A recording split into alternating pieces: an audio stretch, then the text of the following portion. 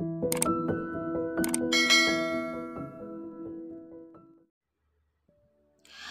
teman-teman, kali ini aku mau buat video tentang 5 tips bergaya hidup minimalis ala Rasulullah. Nah, dalam video ini aku merujuk dari blog celiainwonderland.id. Jadi hidup minimalis ada ala Rasul, ini 5 tips bergaya hidup minimalis ala Rasulullah.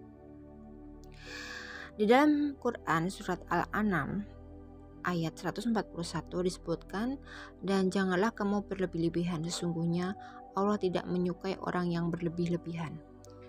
Di era modern ini, di mana rasanya bumi sudah semakin sempit, tanah kosong, sudah tumbuh perumahan, bukan tumbuh tanaman, seakan kita sebagai manusia diingatkan untuk bisa mulai menjalankan hidup dengan minimalis, dengan tidak berlebihan.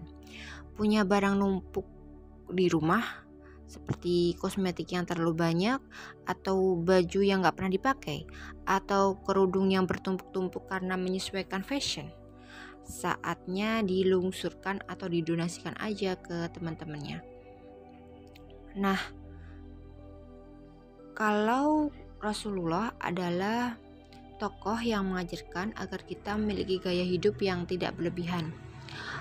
Bisa cek saja rumah Rasulullah yang sangat barang itu sangat sedikit. Kemudian yang penting kebutuhan pokoknya itu tercukupi. Minimalis dalam Islam dikaitkan dengan sikap qanaah dan zuhud, yang mana arti dari qanaah ialah merasa cukup atas rezeki yang ditentukan oleh Allah Subhanahu wa taala, tetapi juga tetap berusaha ya. Zuhud sendiri memiliki arti meninggalkan sesuatu hal yang kurang bermanfaat dan cenderung menjauhkan dari ketaatan kepada Allah Subhanahu wa taala. Berikut ini ada 5 tips bergaya hidup minimalis ala Rasulullah. Yang pertama, Rasul itu makan secukupnya.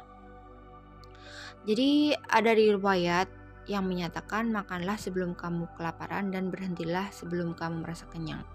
Kemudian perut itu harus diisi sepertiga minum, sepertiga makan, dan sepertiga udara. Jadi jangan terlalu banyak-banyak gitu. Walaupun katanya ada yang bilang sifatnya hadis ini dhaif, tapi memiliki arti yang benar. Janganlah kita makan yang berlebihan. Makanlah yang cukup dan memiliki kandungan nutrisi yang baik bagi tubuh kita. Kemudian yang kedua, cara berpakaian Rasul sangatlah sederhana. Memilih pakaian yang tidak berlebihan, bersih, nyaman, dan dipakai beribadah. Tampil sederhana, tetap terlihat fashionable, tapi tidak memperhatikan tertutupnya aurat, sehingga tetap memperhatikan auratnya ya, sehingga kita terlihat tetap enak dipandang. Kemudian Rasul juga mengajarkan kita tidak menumpuk harta. Sedikit barang akan membuat waktu serta biaya perawatan bisa kita alihkan untuk hal yang bisa lebih bermanfaat, seperti bersedekah atau berinfak, atau mungkin jalan-jalan. Kemudian yang keempat, membeli barang yang dibutuhkan bukan yang diinginkan. Sebelum berbelanja, ada baiknya kita mencatat terlebih dahulu apa saja yang kita butuhkan untuk mempermudah pekerjaan kita, sehingga kita terhindar dari belanja yang bukan sekedar keinginan mata kita aja. Jadi keinginan belanjanya itu di list ya, mana-mana belanjanya yang perlu.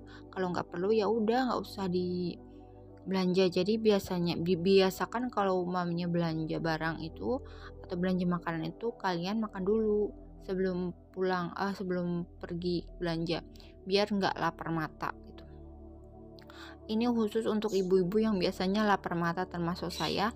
Jadi kalau umumnya belanja itu saya biasakan makan dulu ya, biar nggak ingin jajan yang ini ono itu dan mengeluarkan pengeluaran yang banyak gitu.